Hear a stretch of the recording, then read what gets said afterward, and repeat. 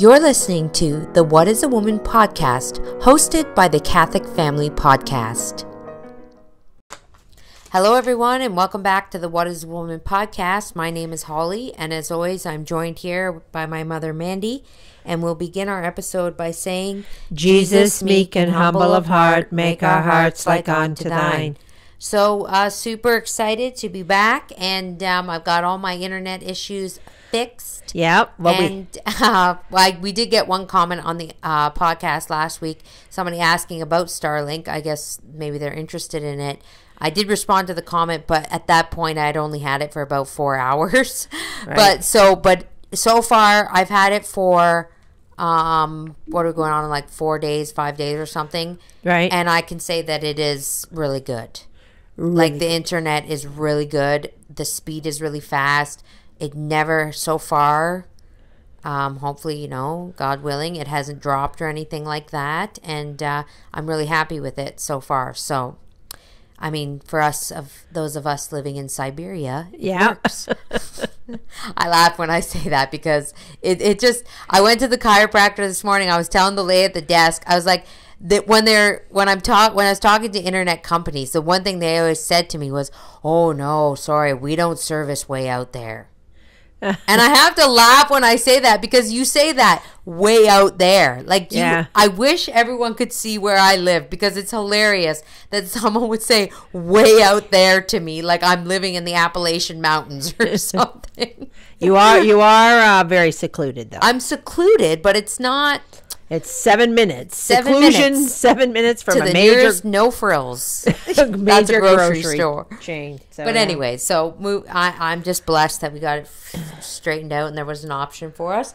And then before we jump into everything, we didn't get a chance. Last week was so hectic. Oh, it was ridiculous and so distracted. I was listening to the podcast back, and there were things that my mom was saying that I don't remember her saying because I don't think I heard them. Yeah. Because I was so distracted by the children. And by the way, they're still here. They're still here. But I'm not as distracted. We're not as distracted. But I did want to say there was something that I wanted to mention last week and I completely forgot. And that was last week was the week we were leading up to the first Sunday of Advent. And yesterday, we're recording this on Monday, so you won't hear it until Thursday. But yesterday was the first Sunday of Advent, and I wanted to put it out there, and I'm going to put a link in the description on the video that I'm going to be going through the Jesse tree every day. Yeah. We have a Jesse tree that we made all the handmade ornaments, and if I have time, actually, I'm going to kind of explain how I made the ornaments, or maybe even if I have time, well, you didn't make all the ornaments. Well, mine, anyways, but I know how the others were made. Yeah. I know how they were made. So if you want to make your own Jesse tree maybe ornament, we should tell people what we did. It was 2 years ago. We had an ornament exchange. So there was how many of us? 6 of us. 6 of us. And 6 women. And we did a set for the church. So each week, right, we would set out who was making what ornament so that at the end of it, everybody got so you had to take your ornament that you were allotted and you had to make 6 copies of that ornament. 7. Right. Because we made one for the church. And so you would get to church on Sunday and you would have the ornaments for the week. Yeah. And everybody would have each ornament. Right. Uh-oh.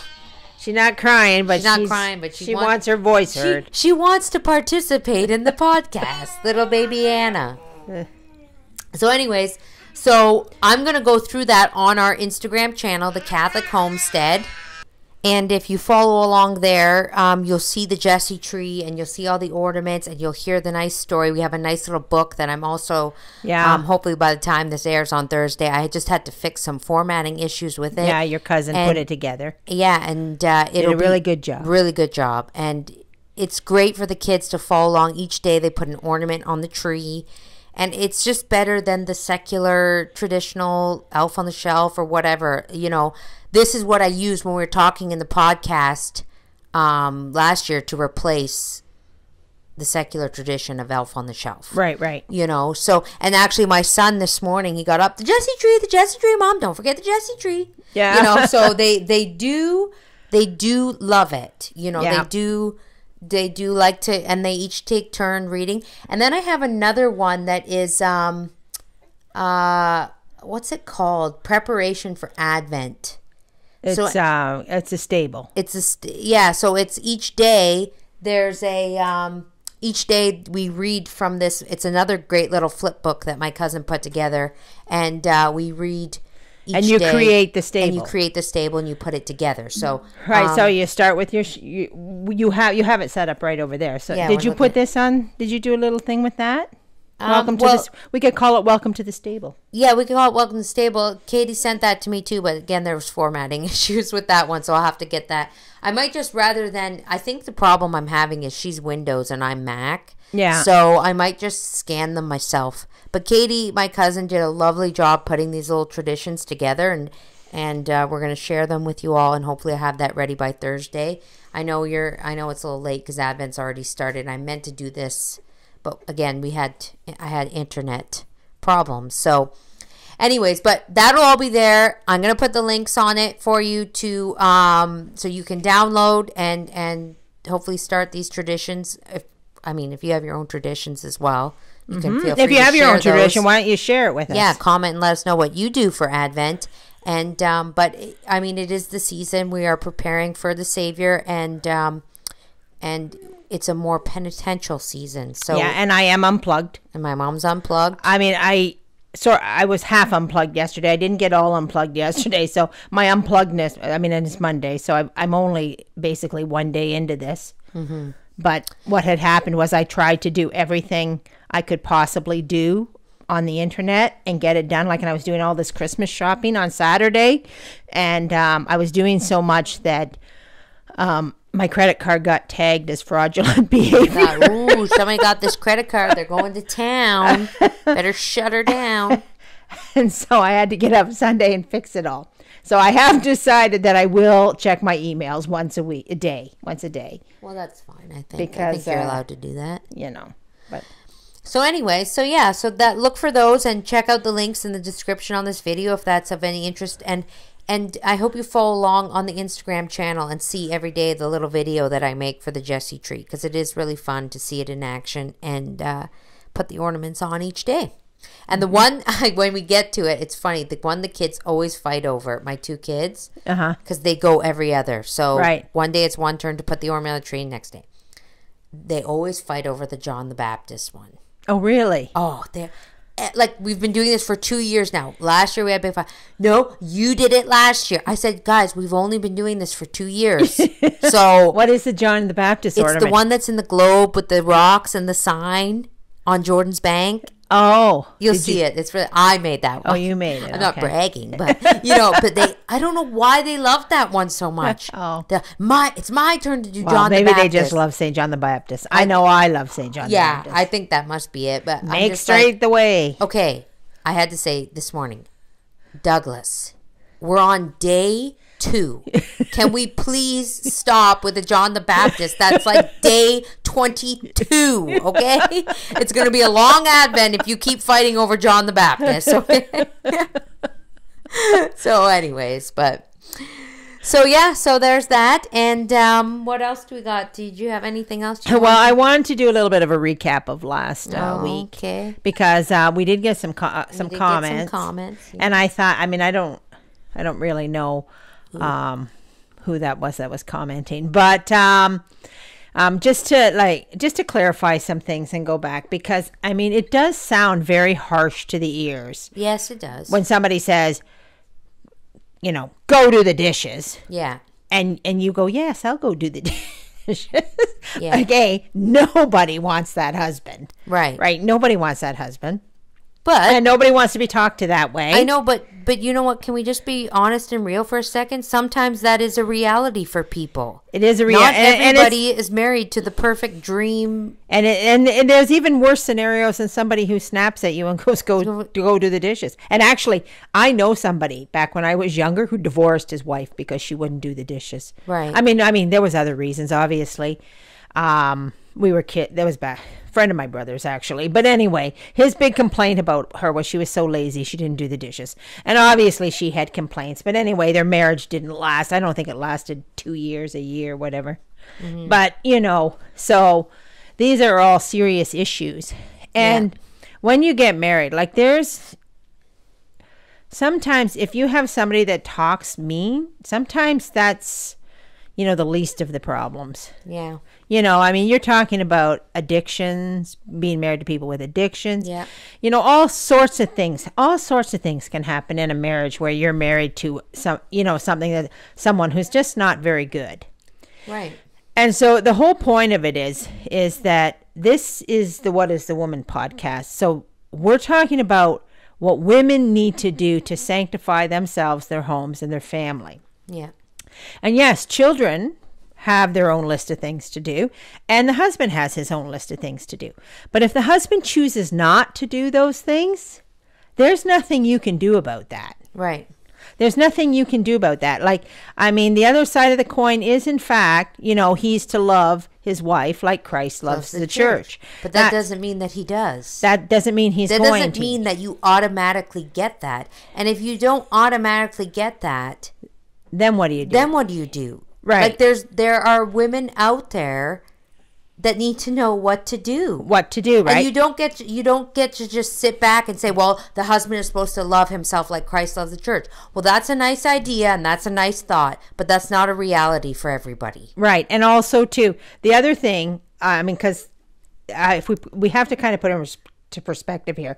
When I first came to tradition years ago, and I remember I was reading all these old books because it was all new to me. Everything was so new. You got to remember, I'm born in 1962. I'm born to be a feminist. I was a feminist. Ain't no man telling me what to do. No way, no how. Yeah. And let me tell you, anybody who knows me knows I'm not a weak. No. Yeah, my mom's got skin as thick as leather. A weak little woman. So anyway. And I don't mean like you got leathery skin. That's figuratively. I might, though. I just realized that sounds really bad, when people say, anyways.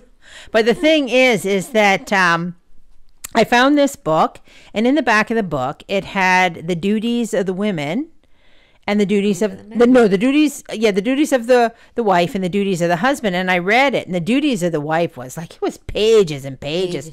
And I read it. And the duties of the husband was very, very to the point. Mm-hmm. It was not near as involved as the duties to the wife, but it was far more to the point. Well, men need that. Yeah. Men need to the point. And also too, their role is pretty standard. They're the head. They're the heavy is the head that wears the crown, Yeah. And I remember because, I didn't have a great, I love my husband. My husband loved me. That wasn't a problem. It was just a lot of secular, a lot of fighting, a lot of issues, And I remember reading it to him, and I said, "You want to see what the church says the duties of the wife are?" And I read it to them, and he was like, yes. And I said, well, do you want to hear what the duties of the man are? And then I read him the duties of the man. Yeah. And I said, I'll strike you a deal. I said, I'll be this woman if you be that man. Yeah. And of course, he never took me up on the deal. Because he didn't, he wasn't all that invested. Right. Let's just put it that way, right? So anyway, so then, but what I had decided was I have to be that woman regardless of what he does. Well, and I think that is the problem, that the issue is that, people are like, well, the man is not doing his duty. Okay. Yeah. So that means that you get to slack on yours? That means because at the end of the day, and I know we've said it a million times, we've said it once, when you go and you stand on your judgment day before God, he is not going to ask you what your husband did. No. He's going to ask you what you did. And then you see all these wives and mothers like St. Rita and St. Monica, they weren't concerned so much as what their husbands were doing. They were concerned with what they were doing. Right. They were more worried about how they were affecting everybody else, not how the husband was affecting the family and them. Yes, right? So that they had to do their best to do what was required of them. And that's the way we are here too, right? Ladies, this is a lofty mission. So it's always like you can't change anybody else. You can't fix anybody else. You have to do the changing to yourself. So you have to make yourself perfect. Right. So regardless of what is required of the man, if you have a man that takes that seriously and says, this is what's required of me and this is what I have to do, God bless you. Yes. And you cherish that. And God has blessed you. God has blessed you, and you really need to cherish that because it's not a given. No. It's just not a given. And it's not an excuse either to say, well, I wasn't given a husband that, loves me like Christ loves his church. This is going to sound really harsh and oh well. Yeah, oh well. Oh well. Yeah. And you have to make sure that you're doing everything you can do to carry your side of the coin. Yeah. And also too, that was all said at the beginning of the book too, right? That, you're here to stand beneath that cross. Yeah. You're here to carry it. You're here to do all the hard work. The book says it over and over and over again. And we can't. Facebook is actually a great place to see the examples of. I used to see constantly coming from men, because men have a huge complaint. They do. I saw it all over Facebook all the time that the women were not obedient. Right. And the women have to be obedient. So, and every once in a while, the old me would get into little battles, and I would say, why don't you just worry about what the men are supposed to do and let the women worry about the women? Well, because it doesn't serve you any purpose to be sitting there thinking about how your husband doesn't love you like Christ loves the church, and that's on him, and you can't be the best wife you can be. And I'm saying this from a place of person who fell into that trap. Mm-hmm. Well, I can't be the good Catholic that I need to be because he's preventing me from doing that. No, no, no, no, no. Mm-hmm. That is very, very wrong mentality. Yeah. On my part. I was like, and it clicked with me recently, that it doesn't matter what situation you're in. It doesn't matter if you are living, I'm just going worst case scenario here, if you're living in a pit of sin itself. Right. That at the end of the day, that's where you are and that's where you've been put. So the only thing that matters and the only thing that I believe God is going to be looking at you about is how you dealt with that. Right. It's about how you handled the husband that you chose. Yeah. Let's not forget this. You chose that man. There's no arranged marriages going on around here. There's no arranged marriages going around here. So you chose that. So, and I'm speaking from myself here, this is the realization that I was under, my sins and my mistakes led me to where I am. Yeah. I left the church. I did all this bad stuff. And, and it's like, so I don't get to sit here and say, well, I can't be a good Catholic because, he's preventing me from doing what I want to do. Or I can't. It's not an excuse. I can't do what's required of me because, how can you do that under a tyrant? And then how can I read these stories of Saint Rita and Saint Monica and think, or Saint Maria Goretti, or Saint Maria Goretti, any of these wives, how can I look at them and go, well, they did it, but I can't. And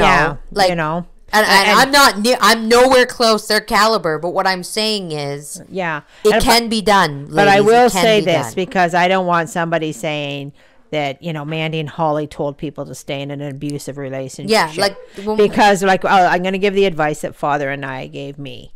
If you can't take it and it's not making you holy, then get out. Right. Right? But you have to ask yourself, how much can I really take? Well, and you have to ask yourself, how much am I willing to suffer for Christ? Mm-hmm. It's not, to me, it's not a matter of, and this is just my own personal opinion here, it's not a matter of, I'm not abused, okay? Right, yeah. I'm not physically abused, so I'm not speaking about physical abuse here. But I do have hardships, and I do have trials, and I do have things that I suffer and put up with. Everybody does. Everybody does. And you have to, at the end of the day, and I'm trying to be as delicate as possible here but it's like, you have to ask yourself, am I suffering for Christ? or do I not want to suffer at all? Exactly. Am I looking for the house on the perfect house on the hill? What's the expression? Green grass, whatever. Well, the picket fence. The white picket fence. The white picket fence. And is that why I'm not willing to endure this, because it's, or am I striving for heaven? Yeah. What's my goal here? Right. And I believe that God will give you a sign or give you some sort of, yeah. And I know we've said it a million times, God will not give you something you cannot handle. Right. It says it in my daily bread. And you have to believe it. You have to believe that. So we're not telling anyone, I don't want this to be misconstrued that, while it's abuse and suffer for Christ and put up with it, it's but I find that, people when they're, and this is just general, because if anybody wants to leave a comment about that, I feel like you're going to the extreme. Yeah. What I mean? I'm going to say, we live in a world where they have made emotional abuse a big thing where you don't have to put up with it at all. And you don't have to put up with it. And anybody who fights endures emotional abuse. Unless you've got a couple of saints there going, dear, please don't do that. Oh, you don't want me to do that? Okay. People don't fight like that,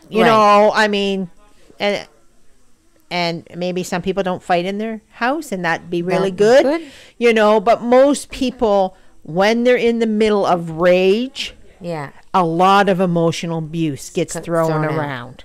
And a lot of things get said that people don't mean, and maybe they mean them, but whatever. But what I'm saying though is, it's I find, I'm just putting this out there because from my experience, I find that when people go to leave a comment on a YouTube channel, they always like to, or any kind of video or anything, they like to go to the most extreme scenario. Yes. So I'm just saying that because, people will always go, well, what if your husband abuses you? You're telling me you're supposed to stay through that? Yeah. Okay, well, is that the case? As or is Father this a would say, hypothetical? that's up to you. Yeah, whatever's happened is either making you a saint or it's making you worse. And if it's making you worse, then you do need to leave. Yeah. Because, you do need to leave because you need to be, you need to be able to take the bad and turn it into good by offering things up. Yeah. Right? And if you can't do that and you start spiraling, then that's that. It's when Father tells you about, doing penance and mortification. Yeah. Don't go around whipping and scourging yourself or wearing a hair shirt until you talk to your confessor. Yeah. That's even better. Talk to your priest. Talk to your priest. What we're just saying is it's a matter of, we don't want people taking what we say here and blowing it up like we said, stay with your abused husband. Yeah. Because that was kind of the vibe that we were getting. Yeah. So we wanted to... you have to, and you have to get to a place spiritually where you can, either turn it to your favor or walk away. Right. I don't know what else to say, but you can't. Well, why don't we move on? Yeah. I think we've exhausted that. You guys get our drift about that. I think generally people do, but... You can change yourself. You cannot change another person. And the general idea behind a rule, if it applies to you, then pay attention to it. If it doesn't apply to you, put it aside. What rule? Well, you mean just rules in general? No, men have to love their wife like Christ loves the church. Gotcha. Yes, they do. But, people are also not supposed to murder people either. That's a rule too. But they do. People aren't supposed to steal, but they do. So at the end of the day, it doesn't serve you any benefit. What we're saying, it doesn't serve you any benefit to say what or what not somebody's doing that they should be doing. Right. To dwell on that. Right. So... Just either they're doing what they're supposed to doing or they're not. But at the end of the day, you need to worry about... What matters is what you control is what you're doing. Right. And that's the whole point of this. That's the whole point. To help you control what you can do. Right. Right. Okay, so have we? Do you think we've cleared that up now? Oh, I hope so, and not made it worse. Made it worse. Anywho, okay. Sure, but that means, because we finished off the chapter on the spirit of the will, the spirit of sacrifice. So now we're moving on to the imagination. Yeah, and you know what? It's kind of funny. Okay, so to start off the imagination, because I unplugged for Advent. When you do something like you unplug, I decided to replace. I said, okay, so what am I going to do instead of that? Going to my go-to, right? And I've developed a habit of playing Teresa Avila, her books, her audio books. Oh, where do you find those? They're on YouTube, just when I go to bed. Yeah. And let me tell you, and I have both those. I have the way to Perfection. Is that what it's called? The Way to Perfection, and The Interior Castle. I have both those books, and I've vaguely read them. I haven't. There's when you vaguely read a book, like you skim through it. Yeah. Or when I read a book, I really read it. Like I go every line, like with a magnifying glass. Right. So I pulled out The Way to Perfection, and I thought, well, this is what I'm going to do. I'm not going to listen to it. I'm going to really, really study this book. So yesterday, after I had a pause, I'm doing my stuff, and I thought, well, I'll pull out my book. So I just opened it up, and practically on the first or second page was a word about the imagination. And I thought, how funny is that, since we're coming up to this chapter? So I thought I'd just read to you what St. Teresa of Avila said about imagination. Okay. She said that the use of the imagination could be dispensed with, and that her soul could give itself directly to contemplation. So what St. Teresa believes is that we could get rid of the imagination, right? That a woman, it doesn't, you're not exactly, we could dispense with it. It's not exactly necessary, and that the mind should just be more contemplative. Well, because some people really don't have any imagination at all. Well, I thought I was one of those people, but this is a different kind of imagination. Oh, okay. This is when, I guess we'll get into that. This is when the brain goes like, maybe I'm confusing imagination with creativity or something. Yes, like I say that I have creative imagination. My granddaughter has a lot of imagination. She can spin a story out of nowhere, and I can't. And I realized just recently, I'm like, man, you could never do that, because I do a lot of writing, but I can't seem to write anything unless it's true. Right. And she can write all sorts. I was like, where do these stories come from? Yeah. Anyway, why don't you start with the book? Start the chapter. Okay, so chapter 17, the imagination. A female cannot watch over her imagination with too much care, because this faculty acts with great force upon the other faculties of her soul. It may be said in some sense that the mind and the heart of women are governed by her imagination. End quote. Right. So I thought that was pretty straightforward. Just basically our heart and our mind are in fact governed by our imagination. Right.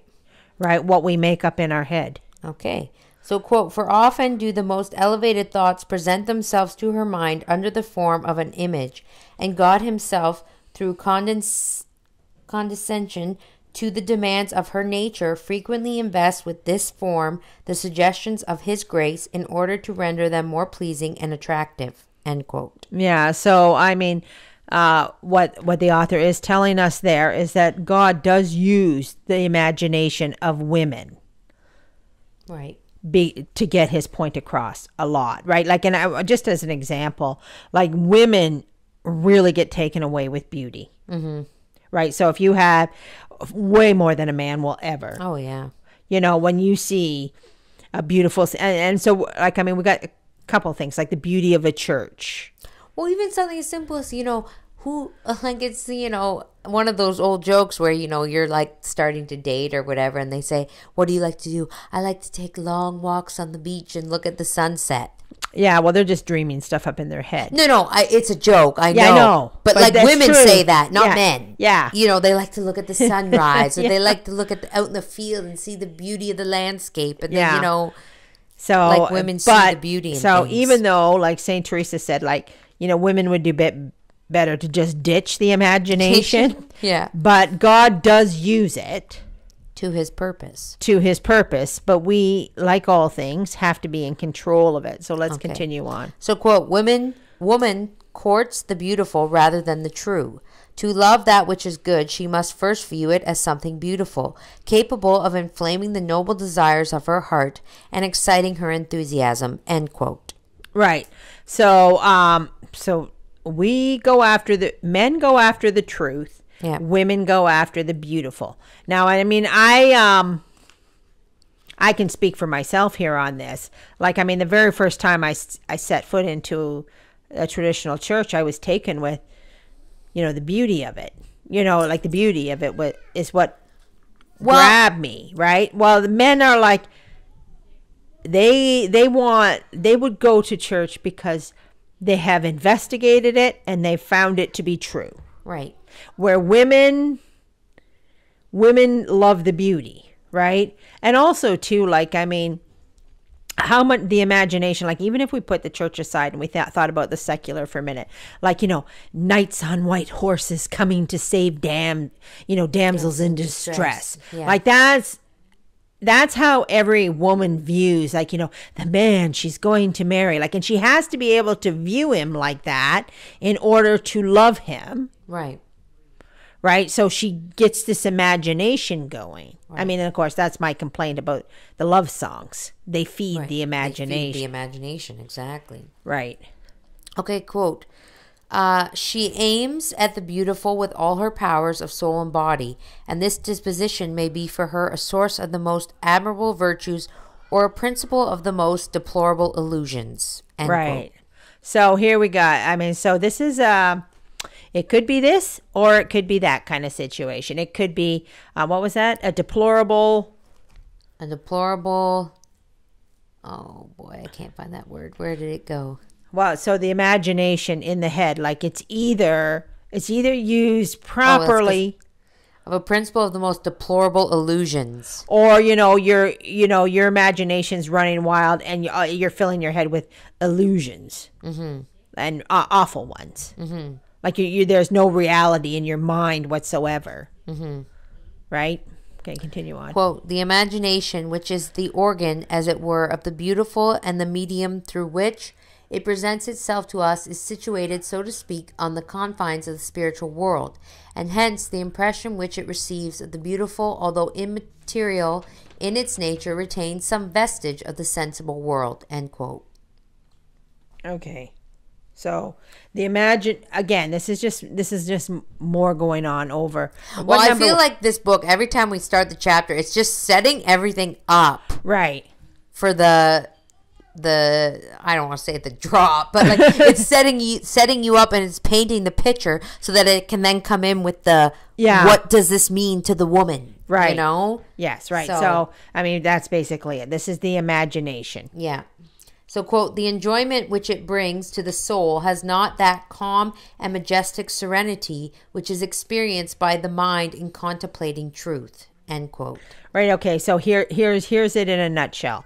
Like we enjoy the pageantry of the illusions, right? So what you're reading a little Pride and Prejudice, and what the mind is, the picture that the mind is painting. Yeah. The Mr. Darcy's and all this stuff, but it's telling us that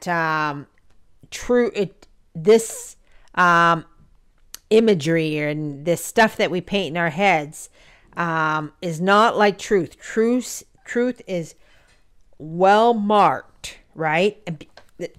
Truth is well marked. Like we can go to theology and we can read what truth is. Mm-hmm. It's well outlined. This is what this chapter is saying. It's well, or this line you just read. It's well outlined. Whereas beauty doesn't have any outline. Like there's no outline. You don't go somewhere and read what's beautiful and what's not beautiful.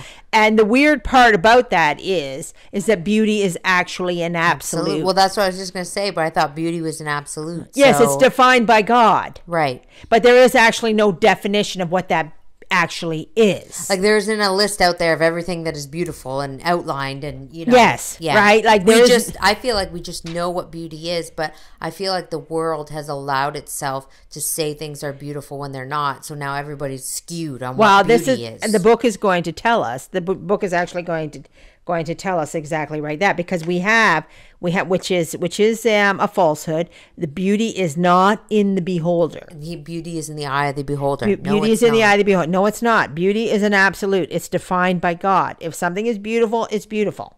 If it's ugly, it's ugly. Yeah. But for example, the kids were like all the toy catalogs come in the mail now, you know, because it's leading up to Christmas. And the kids were looking through this toy catalog, and there was this, it's from a Marvel movie. I don't even, anyways, Groot. There's this character from a Marvel movie called Groot, and he's made of a tree, right? He's a tree.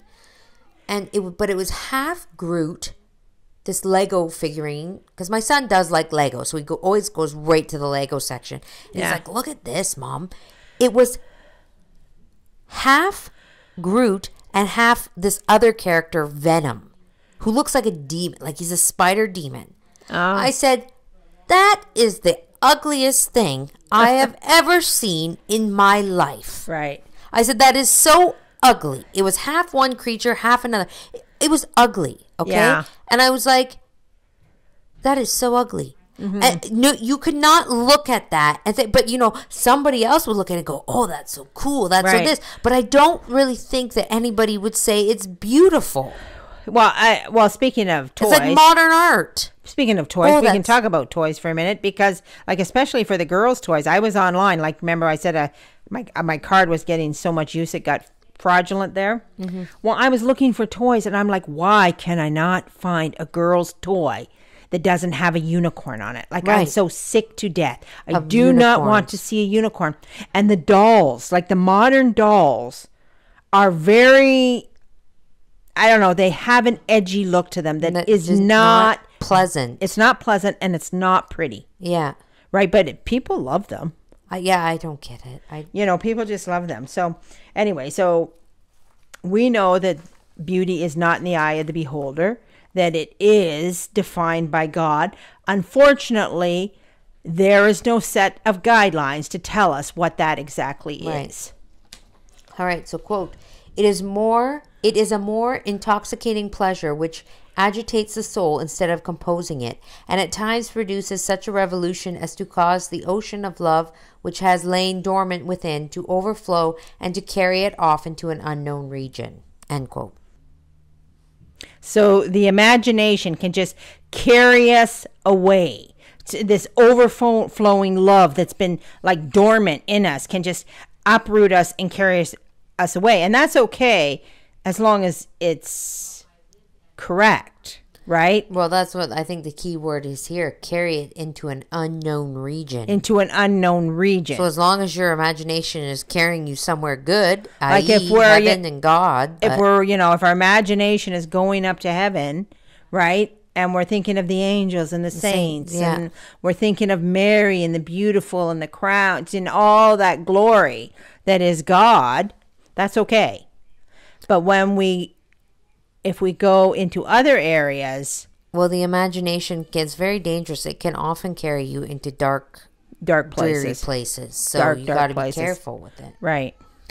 Quote, the beautiful has not that determinate form, that well-marked outline which characterizes the true and makes it easily recognizable to all unprejudiced minds. Moreover, there is no tribunal established by God to decide infallibly what is truly beautiful and as such worthy of our love. On this point, therefore, we are more liable to error and illusion. End quote. Right. Again. So again, they're telling us we're setting ourselves up for error here, because again, there is no tribunal to tell us this is beautiful, this is not beautiful, this is, I mean, when I think about it, I think the closer one moves towards God, the more able one is to see what is beautiful and what is not beautiful, right? Because you start to see things the way God sees them. I mean, but it gets, like, for me, if you think of, like, this is an example here where I get puzzled sometimes, and I do get perplexed because, you know, let's take a flower arrangement, for example. Right. Okay? Like, a flower arrangement is a beautiful thing. But I've seen some flower arrangements that are not my taste. Right. But that doesn't mean they're not beautiful. Right. So I think we do get, like, you know, and I think that's where the point that I'm getting at, I think that's where the twisting of beauty is in the beholder came in. Because it started as this little thing maybe about taste. Yes. Like, you know, like something can be beautiful and it not be your taste. Right. And we know that from decor. And we know that that's why I use flower arrangement as an example. Yeah. You know, like if you don't like, I'll take a specific flower, for example, birds of paradise. I hate that flower. I do. I think they're so ugly. No, it's not. I mean, they're like harsh, and they're like the birds of paradise. If anybody doesn't know what a bird of paradise is, it's a tropical plant. It looks like a beak. It looks like a beak coming out. Yeah. And I find that, you know, when people stick them in a flower arrangement, I'm just like, oh, they put birds of paradise in there. But I'm going to tell you, as a floral designer, like some of the most stunning arrangements when you do tropicals and you have birds of paradise. So that's when I look at that and I go, tropical is not my taste. It's not my look. It's not my style. Right. But it doesn't mean it's not beautiful. So yes, in that case, beauty is in the eye of the beholder. Right. But I'm not ever looking at it and going, it's not beautiful. It's right. still a flower. It's still God's creation. But then when you take something that is, you know, I'll go back to this example of the Groot and the half venom spider demonic looking thing. You cannot say that's beautiful. Yeah. You can't. No. That is not beauty. Right. I think what I think though is the world has taken this skewed version of beauty is in the eye of the beholder and twisted it that you have the, you know, or like modern art. Yeah. Like it's also ugly modern art. Well, and they go, well, this we know is what beautiful. they did to the churches, right? Yeah. I Vatican can still remember going to, you know, because we do have family that were in the novice order and they all go to the baptism or whatever. I'm not debating that. But what I'm saying is, you know, I have been in a novice order church. Right. For a cousin's baptism or whatever. And I was a little girl, okay? Mm-hmm. And I come from our Lady of Victory, where I think everything is so beautiful and the saint statues and this was even before we put a lot of we changed our church, and I thought it was really beautiful. And then you go into these novice order churches and they got this big ugly wooden Jesus on it was hanging there and its arms were out, and I remember being a little girl and being like, that is the ugliest thing I've ever seen in my life. And I'm a little girl and I'm like, this church is so ugly, take me back to our church, you know? Right. So it's just, but I mean, I do think that, I don't know if the book is going to say that, but it does kind of, the imagination and the beauty, it does connect to how united we are to God. Yeah. Right? Because I feel like these people that, you know, the Vatican II came in and they just ripped it. They didn't want any of that. They ruined everything. They ripped those things out. They ripped anything that... And for what? For cold, modern? Sterile, modern, square, you name it. So for me, you know, as a woman, when I hear modern anything, modern this, modern that, I'm just like... Modern to me means ugly. Like, I'm sorry. You can't. If you tell me you're going to modernize something, don't. Just don't. Because, I mean, I don't even know how we got on that topic. But well, because apparently the beauty and the imagination are very... go hand in hand. Close together. And the imagination and when what the woman is attracted to is the beauty. Right. So the men don't, you know, it's like, you know, when you're standing there and you're all dressed up or whatever, and you say, how do I look? And your husband goes, you look good. You know, and you're like, okay. I want a little more than that, you know. Well, then, but you know what then puzzles me is that if the women are attracted to the beauty, and then how did these women go into these churches then and see any beauty at all? Well, I would say that they're removed from God. They're just removed, so they don't. Maybe, I guess. You know, because I mean, I don't know. Like, I would. You know what I would love? I would love for somebody who is Novice Ordo to come into our church and hear like exactly what they think about it. Yeah. After being in these cold, sterile churches that look like they remind me of like, when you go to the hospital and they have the interfaith, like spiritual place where just anybody can go. Their interfaith chapel or whatever. That's what modern that's what Novice Ordo churches remind me of, just like an interfaith community hall or something, you know? Yeah. But anyways, that's just something I've always wanted to hear. Like, I would really love to know what they would think after being in that and then going to our church or any of these churches out there. So. Yeah, I don't know, because I do think it's not a coincidence that people that are moving towards God, they want their cathedrals. They want the Gothic churches. They want the pageantry. They want all the things that are beautiful. Yeah. Right.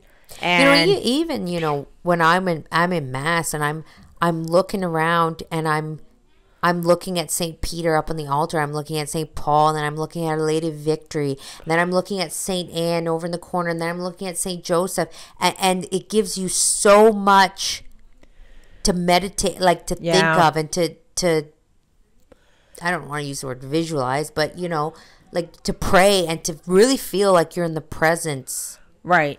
And of something also beautiful and great. And I guess this is what I actually haven't read this chapter. I mean, I did breeze through it long ago, but I'm going to assume we're going to get into this deeper. But this is why we have to control our imagination, right? Because the idea is we want to surround ourselves with stuff that is going to move us to heaven and to excite our imagination, like what God said, or what they said in the beginning. Yeah. Right? Yeah. Like if we fill the imagination with love stories and songs and television shows and Hallmark movies, well, yeah, because that's exactly it. And then I know we've said this podcast before, especially about the music. What are you putting into your mind? Yeah. That's going to carry you. Mm-hmm. Whatever you're putting into your mind and filling your mind with, that's going to carry you away to different places, So do you want to be carried away to somewhere and be thinking of something that's good and holy and beautiful? Or do you want to be carried away and let your imagination run wild to a place that's dark and, or not even dark. It doesn't have to be dark. It just has to be misguided. Yeah, or a Hallmark pumpkin patch. Or a Christmas tree farm. They make those jokes about every Hallmark movie being the same. But people are, I'm going to say there's a reason that every Hallmark movie is the same. It's because that's what women want to watch. Well, yeah, because that's what... They want that idea of this love. Yes. Well, because all the world is filled with silly love songs. Isn't that actually in a love song? I think it's Paul McCartney. Or something. Yeah. Anyways, but it is exactly that. It's that, the more you let and there's those who say, don't let your imagination run wild. That's I've heard that before in my lifetime. Yeah. Don't let your imagination run wild. Why? And this chapter is going to tell us that. I mean, the biggest thing, and we haven't even touched on this part of the imagination. The imagination that, you dial somebody's phone number and they don't answer and you have them dead in a ditch. Right. Because all of a sudden all these scenarios go through your head. Well, even something as simple as I know my husband gets home every day at the exact same time. Right? And with the modern inventions of the cell phones, if he has to stop and get bread or stop and do this, he texts me and say, I'm going to stop and get something. So then I know, okay, well, he's not going to be home exactly at 4, whatever. But there's the odd time where he doesn't, or he forgets to tell me. And then you're sitting there, and I can remember sitting there doing the dishes or whatever and thinking, wait a minute, it's 4 whatever. Why is he not home?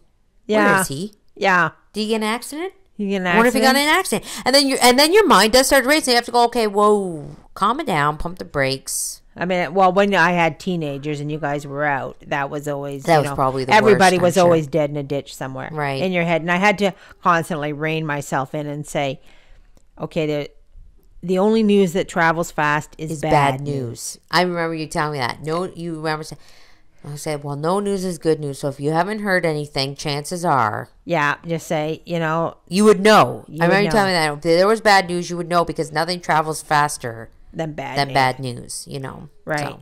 Yeah. But anyway, so yeah, we'll dive in. This is just the beginning. And like I said, I always feel like the chapter is always, when we start a new chapter, I always feel like you're waiting to get going. Right. You know what I mean? Waiting to get into the nitty gritty. So next week we'll continue on with this chapter. And I just want to remind everybody that check out the description for our little Jessie tree.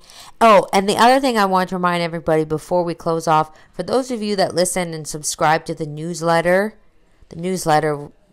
may have been a little late this month with my internet issues. It's out, so you should be getting it soon, but I do apologize for that because I had massive internet issues and I can't do the newsletter without the internet, and I just didn't budget my time for that moving because we were told when we were moving that all we had to do was plug it in, and I didn't know I was going to be 2 weeks without internet. So I apologize for that, and I'm going to make sure those of you that sign up for the newsletter next month, it's on time.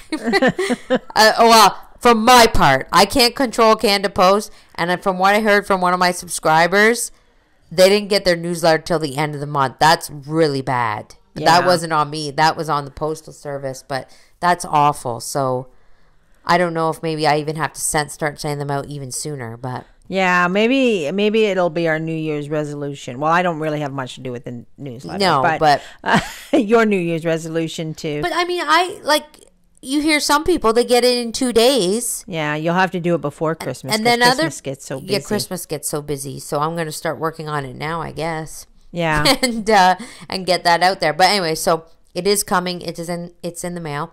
I think that was it. Do we have anything else we want to say before we wrap up? I'm good. All right. So we will be back. No, I'm not going to say that. I always said we will be back next week, but I don't want to say that. But we will try our best to be back next week. And we hope that you will all have a very blessed week. We hope that your Advent is off to a great and blessed start. Very penitential, blessed start. Yeah. So may our Lord bless you and Our Lady guide you always. And Saint Teresa, pray for us.